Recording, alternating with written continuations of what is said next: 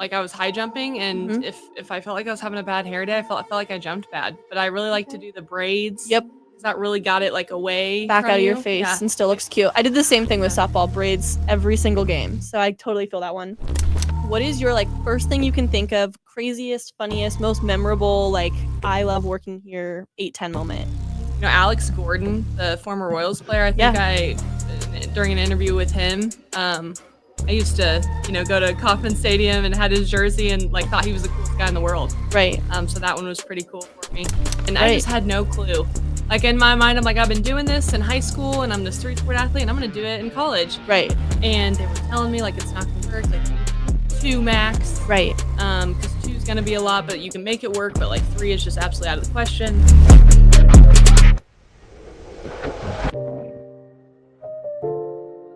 Hello, everyone, and welcome back to the Next Gen podcast. Today, I have a very special guest, not only a college athlete this time, or former college athlete, but also a current 810 member and someone I get to see every day. So, Bethany, thanks for joining me. A little lunch break chat here today. Yeah, this is kind of weird being in the seat, not Yeah. asking questions, but I'm excited for it. It's fun. Okay, so for those of you who don't know Bethany, if you follow our social media, she does all the posting. She does a lot of the reporting too, any of those Chiefs pressers, anything like that. You can give all your things to her. So we're just gonna get into it. Like I said, former college athlete, just retired a career as a WAG with Jonathan. If you listen to his episode, and then of course, yeah, all the social stuff. So we like to start off here with.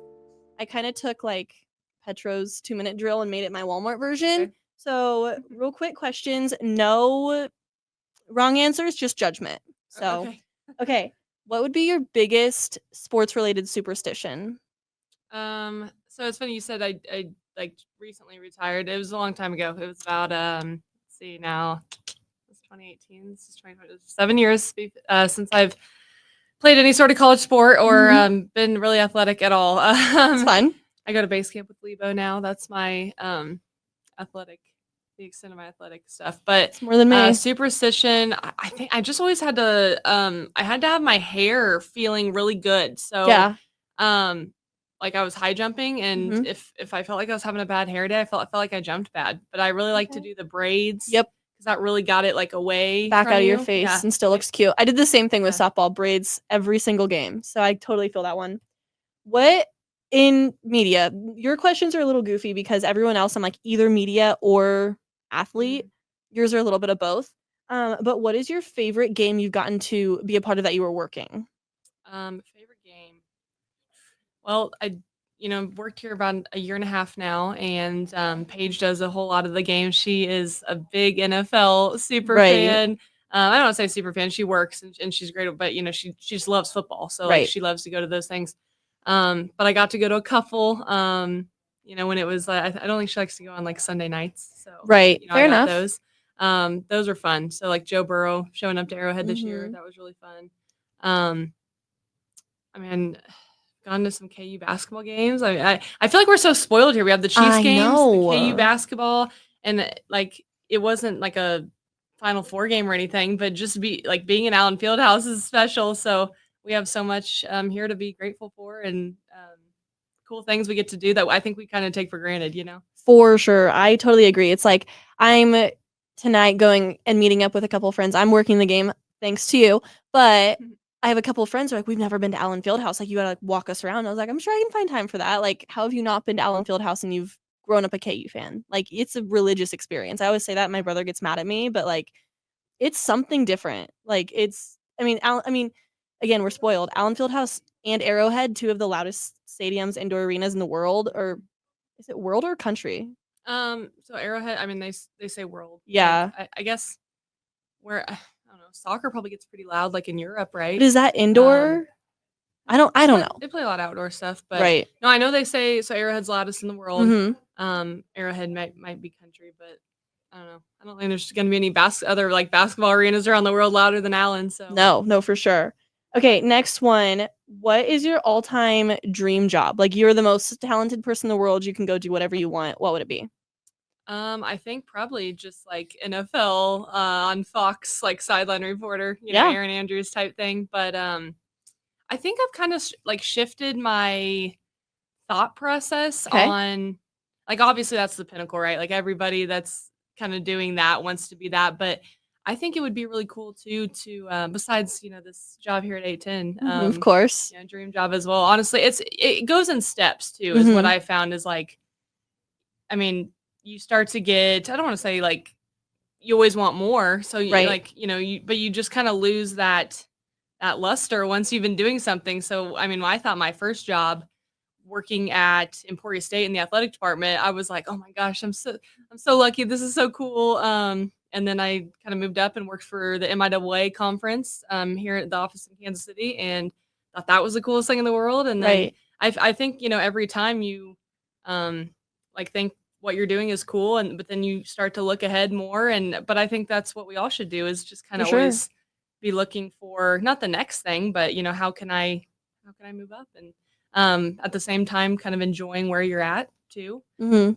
But I think also like, working for a team, like a team reporter would be like super cool because Yeah. you get to know that team Make really those well and like, relationships. Yeah. yeah, build relationships with, the team and the coaches and players. And um I always kind of thought that was not allowed, and obviously Mhm. there's, like, boundaries, and, Yeah. if you ask me, that's like, I could go on a whole rant about people that work in sports that don't, Oh, we totally follow should. those Yeah. boundaries, but so, like, I did kind of a little thing, it's called Galvanize, so it's not a little thing, it's a big Okay. thing, but, Laura Oakman, sideline reporter, she puts that all together, she's such a great advocate and, Mhm. um, you know, just trailblazer for women in sports, and wants there to be a space for every girl to be in sports and to work in media. And it's so awesome what she does. And I think I learned from her because she's always like posting about,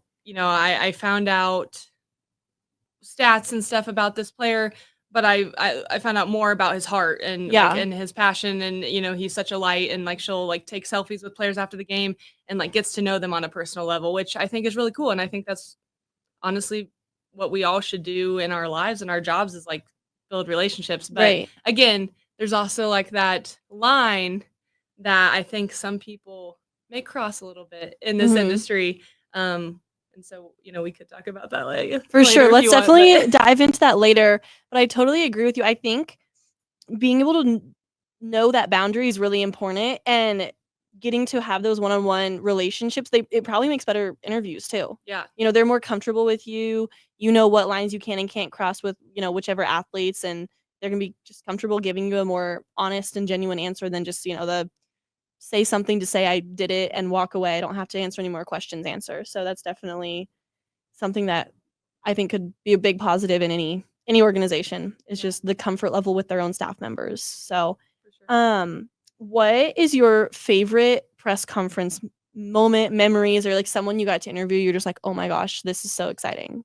Um, so kind of building off of that relationship thing, I think a really cool moment for me this year. Obviously, Travis Kelsey has been one of the best in the leagues forever, Hmm. but it's been completely magnified with his new girlfriend, which I just love that. I love that pairing. I I love mean, he that did the whole relationship Halloween so much. costume, so How people hating on Taylor Swift and Travis Kelsey? How?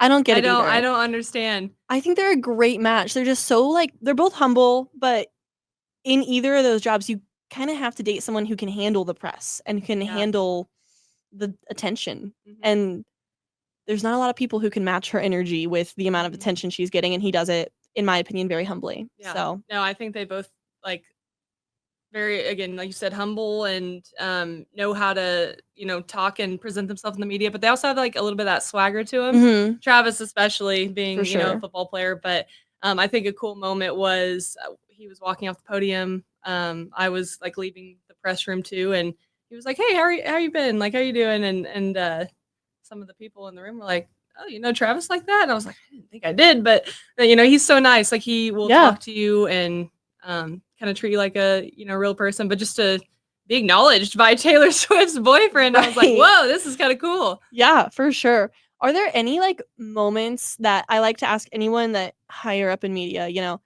you do get to have those one-on-one conversations. Do you ever fangirl over anyone? Because obviously in journalism, we're told like we can't, you're not here as a fan, you're here as, you're working, and it's just a person that you're covering it, just as if it was a grocery store owner or something like that. Do you have those moments where you have a hard time, separating your own fan feelings from your work?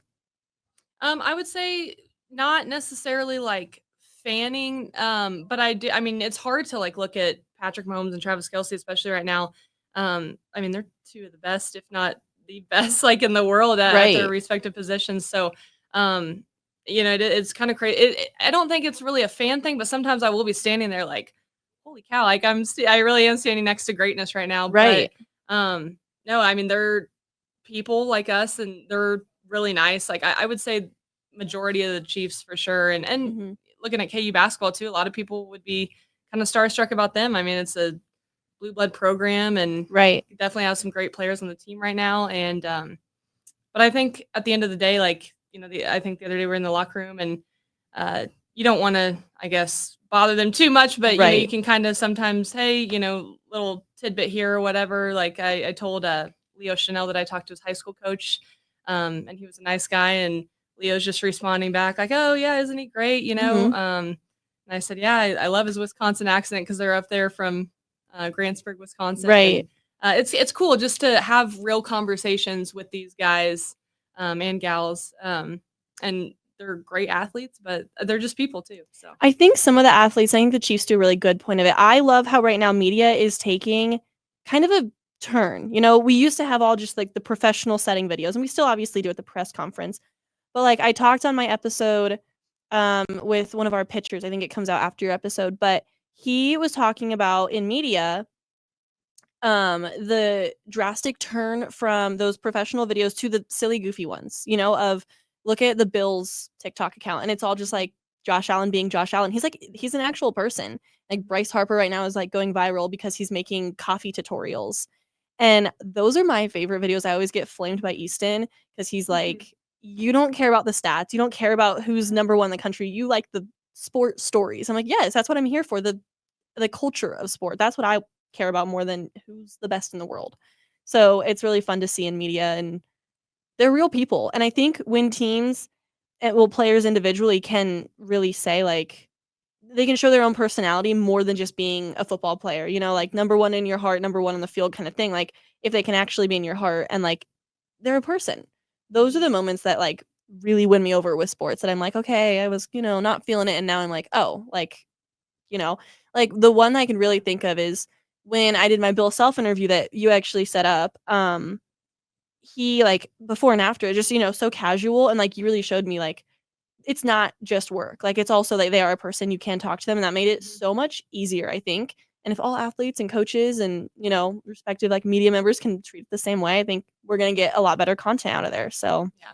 Well, and last also we're really lucky too because like Bill Self's always so nice and gracious, and Mhm. I don't think you're always gonna get that. I feel like there's gonna, at times maybe like, and I've gotten like told like, no, sorry, I'm not gonna do an interview right now, and Right. you just can't take it personally. And like you said though, like sometimes right before the interview, like you're kind of joking around with them, it's Mhm. casual, and that makes for a great interview. So Yeah. that was cool to see you get to do that with Mhm. Coach Self, who's obviously legendary, Of but course. he's just a guy too. He's So just a guy. He's just a boy, He's it's not too serious. yeah. And then last one before we, go back in time and talk about your time at Emporia State and everything. What is your like first thing you can think of, craziest, funniest, most memorable, like I love working here 8-10 moment? That's a good one.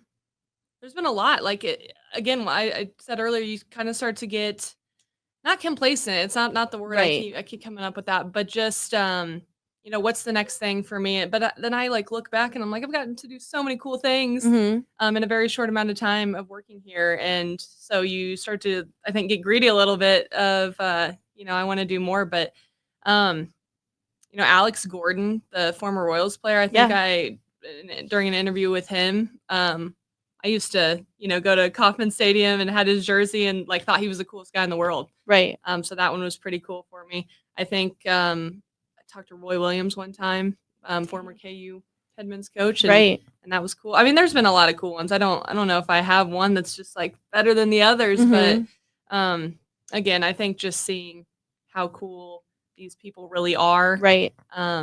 They say don't meet your heroes, and sometimes that's true, but I think sometimes I've been very impressed with just Right. how kind and gracious a lot of these people and athletes are, because they sometimes get a bad rep, but For sure. really good. I always go back to my favorite story every year is usually golf tournament centric, like our moment of we're just whipping around the golf course, just we're gonna say hi to all the clients and hang out, and like those moments are always my favorite, of like becoming friends with who you work with, like that kind of stuff. Like it makes it so much more fun when you actually enjoy what you're doing and who you're doing it with.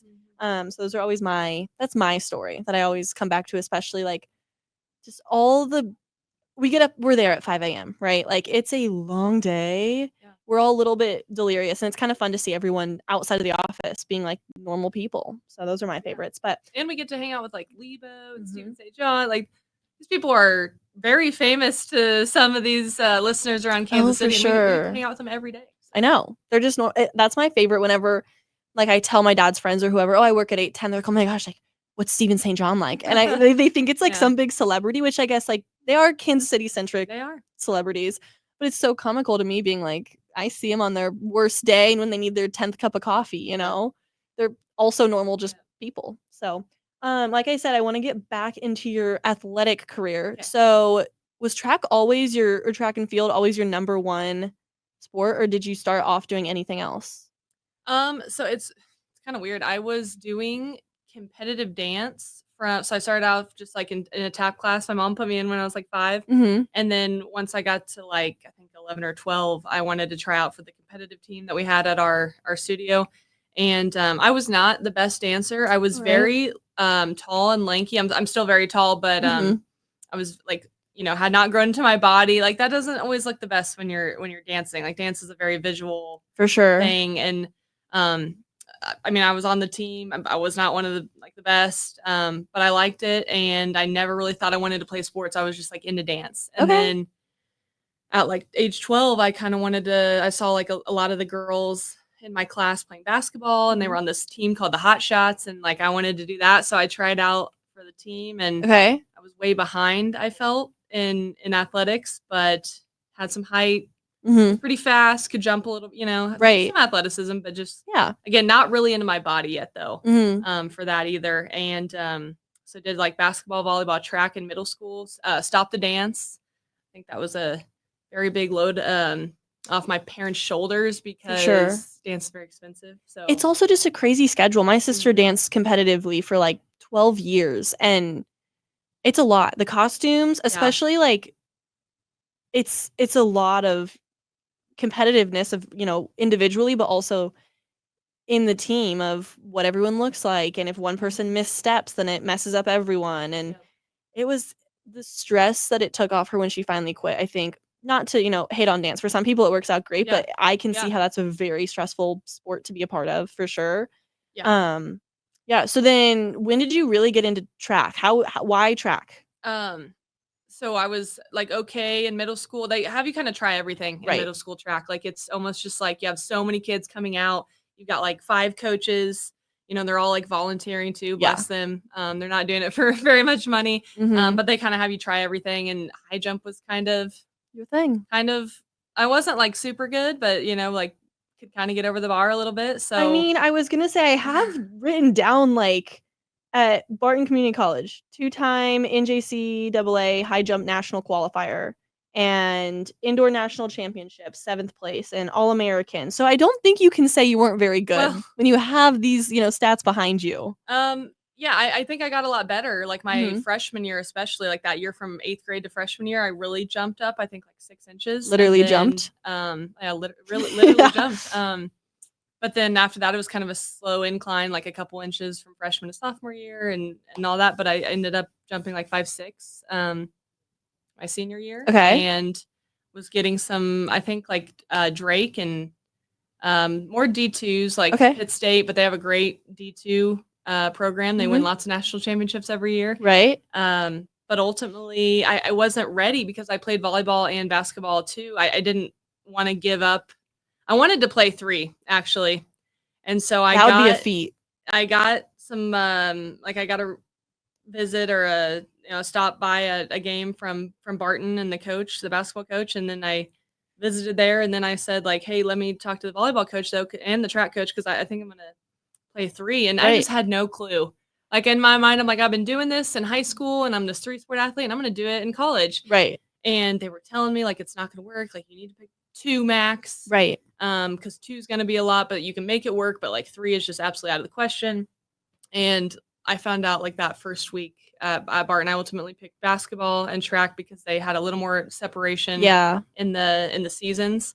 And there was no way I could have done 3. And Right. but you just don't know. Like in your mind, you're like, yeah, I'm gonna do Why this. not? Yeah. It's what I've been doing, and it would not have worked. But to recap, Barton, great time for me. I would recommend JUCO to anyone, especially if you're like undecided with what sport, and also undecided like in your career path and your Mhm. academics, because you can knock out your prereqs and stuff. For But sure. was a very much a role player on the basketball team. Okay. Went in very sparingly and tried to do my job the best I could, but track was mostly where I felt like I had more success. So When did then you know you wanted to be a collegiate athlete just for one sport? Like, when would you like, okay, this is something I want to continue past my senior year? I think I just always knew, like probably like my sophomore year once I started kind of playing more on all those teams. 'Cause like I said, I hadn't really played very much, Right. like sports growing up, but was getting better. I was a late bloomer for sure, Mhm. but was getting better and started to have more fun as you get better because it's fun to be good and Right. win. You're not as frustrated. Yeah, it's very frustrating to lose, and Mhm. especially for me, I'm still that way. I'll play volleyball with the sales team here Yeah. and hate to lose. So, but yeah, I think just I always was doing it, and I kind of couldn't imagine like a life without doing something besides school. Yeah. It just like I always in my head was like I need to be busy, I need to do all these things that I'm doing now, and so it was kind of like, well, I'm gonna continue that in college. So. How did you manage being a student athlete? Like, just doing 2 sports, and then when you went to Emporia, did you still do both, or did you just stick with track? I just did track. Okay. Emporia State at the time had a very good Yep.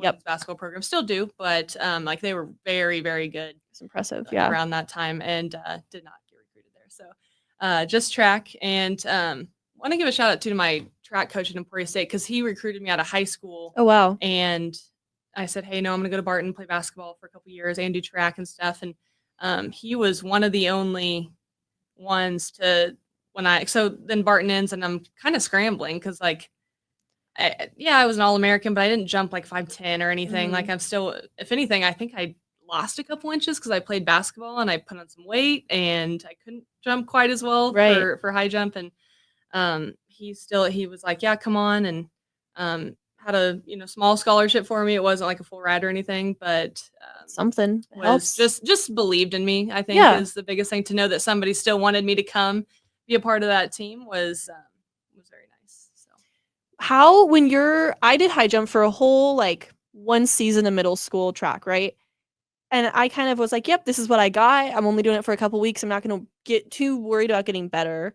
But how would you say, "Okay, I need to get, my next half inch. How do I get there?" Do you just keep practicing at it? Or when you are trying to high jump and get, better numbers and better heights, how do you even achieve that? I think with track, I mean, it's a lot of taking care of your body. Obviously, Mhm. I think I would like try. I'd say, well, I'm not going to eat fast food for a whole week, Mhm. and then I'd go to my meets. Sometimes this was in high school, but I'm like, I'm eating Taco Bell or McDonald's all week.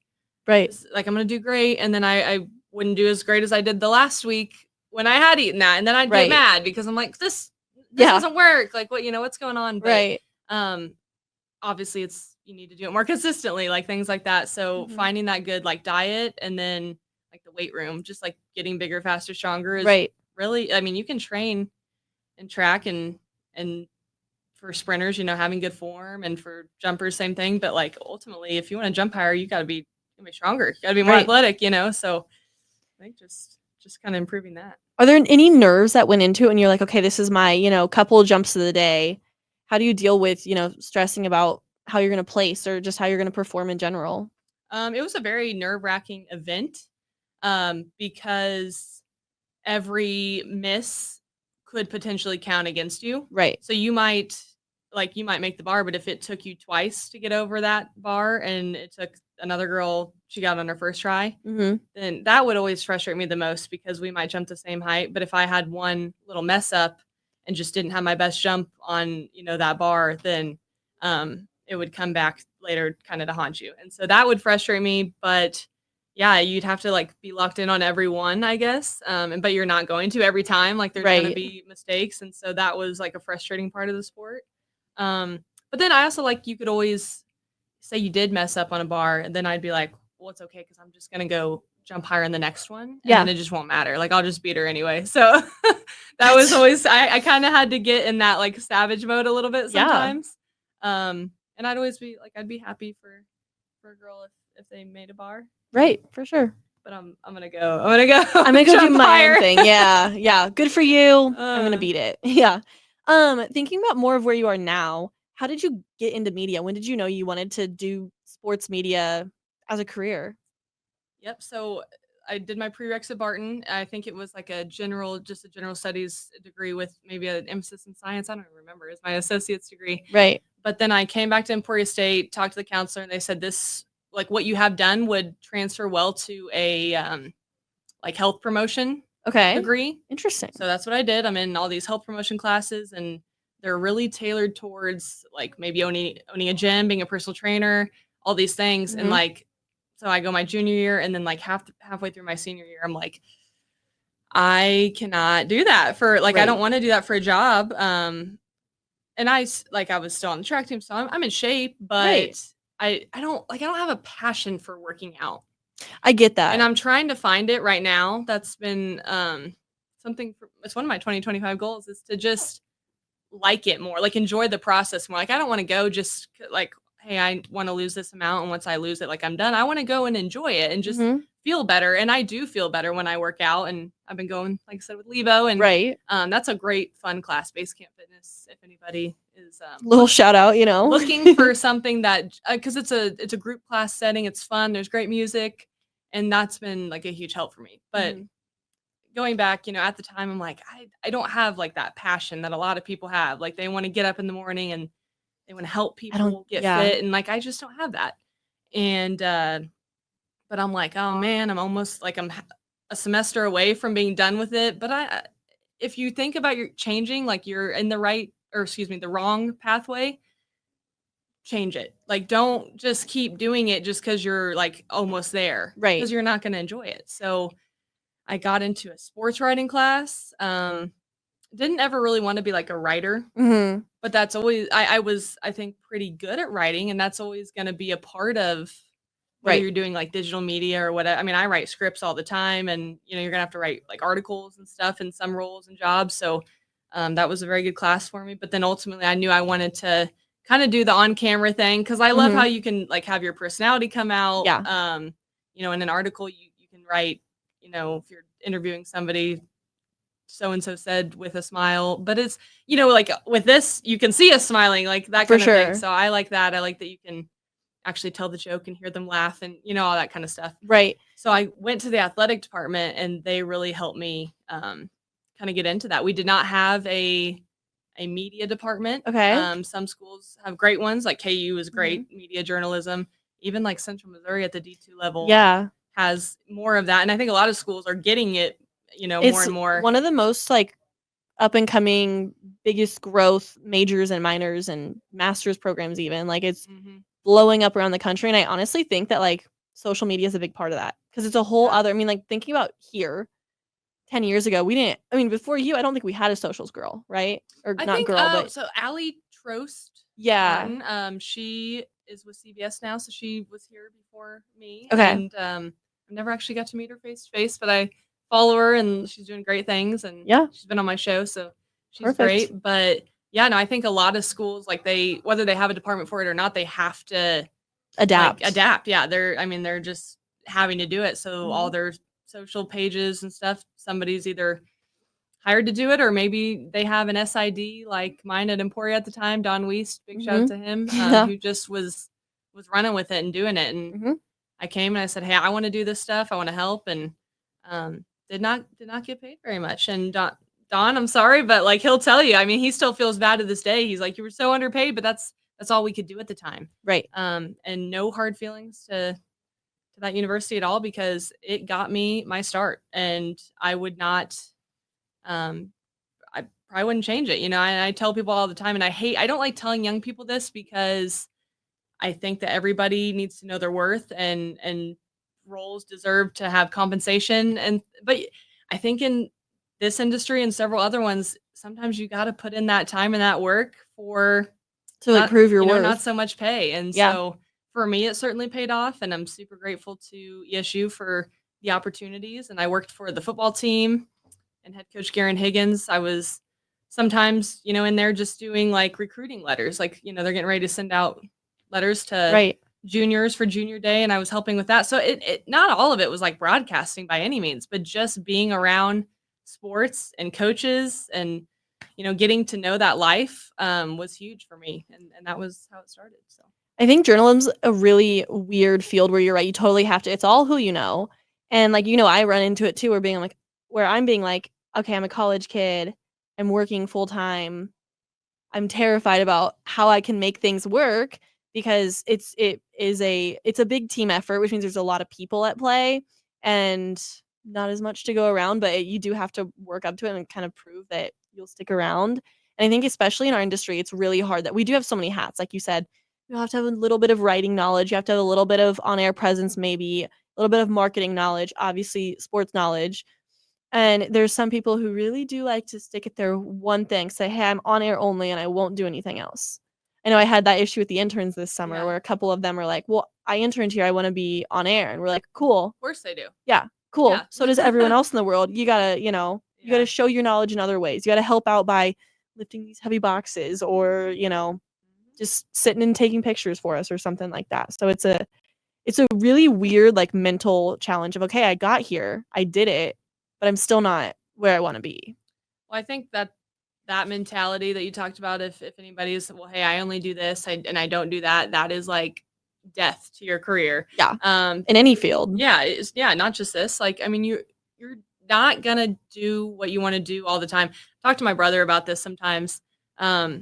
We came to the conclusion that if you can be pretty happy with what you do, like 75% of the time, Right. like you're doing great. And that's a great job for you, because if anybody tells you, I mean, there's that saying, love what you do and you'll never work a day in your life. Like, Yeah. there is work involved and there's things that you're not going to want to do. Right. I can guarantee you that. If anybody tells you that they, 8 hours a day, 7 days a week or 5 days a week or whatever their work schedule is, like they love everything that they do. I think that's a lie. Right. Truly.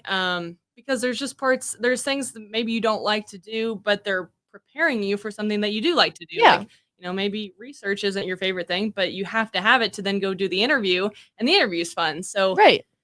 That, and then, yeah, just being that multi-hat person, For sure, is huge. And like you said, everybody wants to be on air. I mean, got, my boss for, kind of the high school side of things that I do. And he always says that he's like, I can find an announcer in every street corner, but do I have somebody that can help me with this or that? And, you're going to work your way up. And I think that's how you prove to future employers or even current employers, like, hey, I'm ready for that next thing because I'm willing to do some of these other things. Right. For sure. More of 8-10. Give me your like day to day, we talked about earlier, your process, right? What does your week look like of, okay, I'm preparing I have all these games I need to cover. I have all these sponsored posts I need to cover. How do you even manage it all? Well, every day is different for sure. Sometimes I've come in here and I have like a plan and it just gets thrown out the window because something comes up, and especially like with the Chiefs and the Royals, and it's pretty like right now with the Chiefs, it's been like pretty standard, I guess I'd say, on well, we know this day they're going to do this and this day they're going to have this press conference, but especially in the off season, and with the Royals too, you start adding them in. I mean, there's press conferences popping up and Lebo saying, hey, can you go to this? And I remember there was a day that there was like 3 things that popped up, and we were trying to figure out if, hey, Paige, can you go to this? And I'll go to this. And just trying to, make it work and get it all covered. But On a more standard day, I guess, or if I'm hanging out at the office, you mentioned a lot of sponsored posts. So we've got clients that want their business on our page, and I work a ton with the sales team, making sure that that post looks how the client wants it to. And I am not a graphic designer, but sometimes I'll have to try and whip something up, kind of just Yeah. to show them something, and then I welcome their feedback because again, I know that's not really my best asset is making graphics. You're really good at it though. I try. I'm really loving those that you're sending over for me. Thanks. But that, and then sometimes reporting analytics. Also, one of my probably least favorite things to do. And if Chad and Sandy listen to this, they know that. I've told them that I hate pulling numbers. Not a math girl, but luckily I can handle, adding up some things. Yeah. But, once you start getting all the X and the Y's of algebra and stuff, it's above my same. I'm not a math girl. When you mean analytics, do you mean for like players or for like how the socials are doing? Well, both actually. So the sales team will want to know how the posts are performing. So putting that kind of packages and reporting numbers together. But then stats and stuff. Like I try, and if I'm gonna go out to like a game, say the Royals are not playing right now, but say they're gonna play the Guardians. Right. I want to have a couple storylines. Well, hey, the Guardians are coming in with the second best ERA, in the division, and the Royals right now, Bobby Witt Jr. is looking for a 7-game on base streak. Just things like that. So getting on there and making little notes, which kind of takes more time than people think, I guess. But I'm always nervous that it's like not a correct stat. That always stresses me out, where I'm like, well, I looked on ESPN and they said he had this many yards in the game, but then I looked somewhere else and they said he had a different number, and I'm always like, I don't want to report the wrong thing, but I'm just going off my source. No, that happens. I think sometimes I'll like go to Lebo, and Curtis is a really good stats guy. Yeah. So saying, hey, I saw this, but I saw this. Where am I getting the discrepancy here? But you're gonna make mistakes. It's like any other job. Like I wouldn't expect.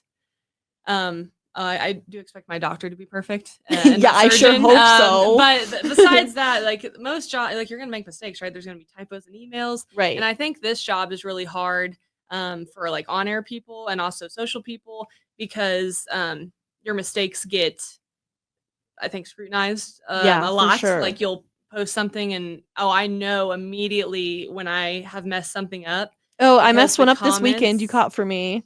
Are like brutal. And I'm like, dude, give me a break. Like, luckily there's an edit button now on several platforms, which I'm grateful for. But people like, I think they just love to. There's something about like the human mind to be like, I'm right and I caught the mistake and you're wrong, and it's frustrating, but you kind of gotta let it like slide off your back a little bit. Like you have nothing else better to do than to just bother me. What about being a woman in the industry? I mean, I talked about this a little bit on my episode with my friend Reese. Have you had any sort of pushback, or anyone assuming you can't do something just because you are a female? I think it's been, for the most part, pretty like welcoming. Okay. But I'd be lying if I said that you can go into a room of, I don't know what's happening with that. Sorry. It might just be Wi-Fi. It usually ends up being fine. Okay, I'm gonna start my answer up. Okay, sorry. Cool. No, you're good. I'd say for the most part, it's been pretty welcoming, and luckily there's more and more women like in this industry. And so that's been really nice. And to, especially like lean on that. And I know not every woman might be the most like, just outgoing or friendly, right. But I would encourage, even if you're like shy, really talk to the other women in the space, because it's just another ally for you, and it's a friend too. Like you can, I made a lot of friends through girls I met like through work and stuff, and it's cool because you do the same thing. You kind of have the same experiences and that kind of thing. But I would be lying if I said that going into a room that probably usually has more males than females, I get the feeling sometimes that it's like, well, you're here because you're a woman, or because you're like a tall blonde girl, or you don't know exactly what you're talking about, and you're not here because you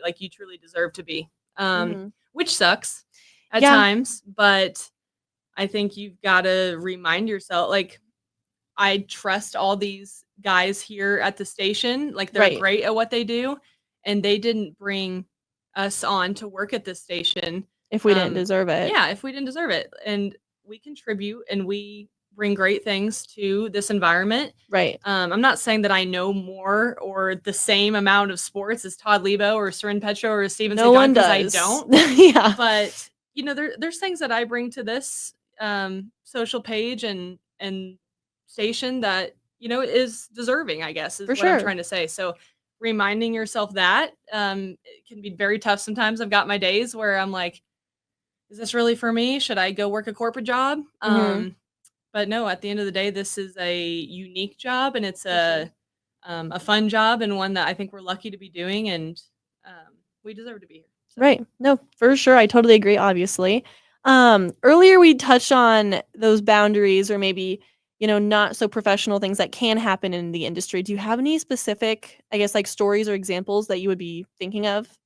yeah, no, I can think of a few, and I definitely don't want it to be like a call out to anybody. Right. Not gonna do that, and truly, I don't really even have anybody in mind right Right. now. But over the years, you definitely come across those situations where, um, we talked about you want to like have relationships with the people that you're working with, and Yeah. that's players and coaches a lot of the time. I think one of the best compliments I've ever like received is that, hey, that was really easy. I felt really comfortable. I'm usually like nervous during interviews, but that Mhm. that was fun. Like you made it easy for me. And that's what I want every interview to be like. Right. And sometimes beforehand, like I've talked to players and, hey, like, actually I know your dad, and I was talking to him the other day and he's so nice, and just things like that. Right. Um but I can definitely tell, like I said, there's been situations where it's like, I don't think that you're in this job for the right reason. And the only reason it really, I think, gets to me or kind of irritates me is because there are so many hardworking Yeah. women. We just talked about how hard it is to be in the space as a woman. And I think earlier, you said something about who you know, and that's like such a common phrase in Yeah. not just this job, but a lot of jobs. And I wanna believe that it's not all about who you know. I wanna believe it's like you're really good at what you do and Right. you have the knowledge to do what you do, and like you've worked hard for this. So um I think to see sometimes people either using connections super heavily, or to be doing the job just to get around sports or to get around certain people, it's kind of disappointing to see, For sure. because I definitely think there's so many people that are doing this job for, hey, I want to promote the good that comes out of sports, and I Mhm. really want to make sure people's stories are told and heard. Um, so hopefully, most everyone is doing this job for that reason. I just don't think sometimes it is always like that. But um, I know you talked to Jonathan, Mhm. which yes is my boyfriend, Yes. and he was a student athlete in the same conference that I played in. So he went to Central Missouri, I went to Emporia State. But I always tell him, I'm like, when you do these podcasts, because it always gets brought up, like, how'd you guys meet, Right. And I'm like, make sure you are super clear about how it all happened, because I don't know if he told you this, he asked for Mhm. my number Okay. when I was working for the conference and he was still Mhm. playing, and I said no, Okay. because I want it to be very much that I'm working, and Yeah. I'm not, talking to the players. And then like 3 years later, he was in the minors with the Houston Astros and Mhm. was at a minor league game in Wichita. My nieces live there, and I take them to the Wind Surge games quite a bit. Yeah. So I had season tickets that year, and um, saw him, and he said hi, and then it all led from there. But it was Right. very much separated. Um, and I don't have any, like, there's no problem with like dating an athlete, because Right. we obviously get each other very well because we have some of the same experiences and all that stuff. But I was like so scared at the time, um, to even like I didn't even want anybody to see him asking me for my number, because I was like, no, no, like this, that's not what I'm Right. doing. Like You I'm don't here to work. Like leave me alone. Mhm. Never interviewed him, thankfully, because that'd be really weird. I think to look back and have like a video Yeah. of us talking, in like in an interview setting. So he was really good, but just I don't think the days that like I was there, he was pitching. So Right. Yay. Yeah. I'm glad that worked out that way. Worked out. Timing, it was all in its right, when it was meant to happen. But no, like you said, like it's weird, but it's definitely like one of our first show guests was Jack Georgie, who I had just gotten back from seeing him, and it was like already scheduled before we were anything that we were gonna like do the interview and everything. And it was the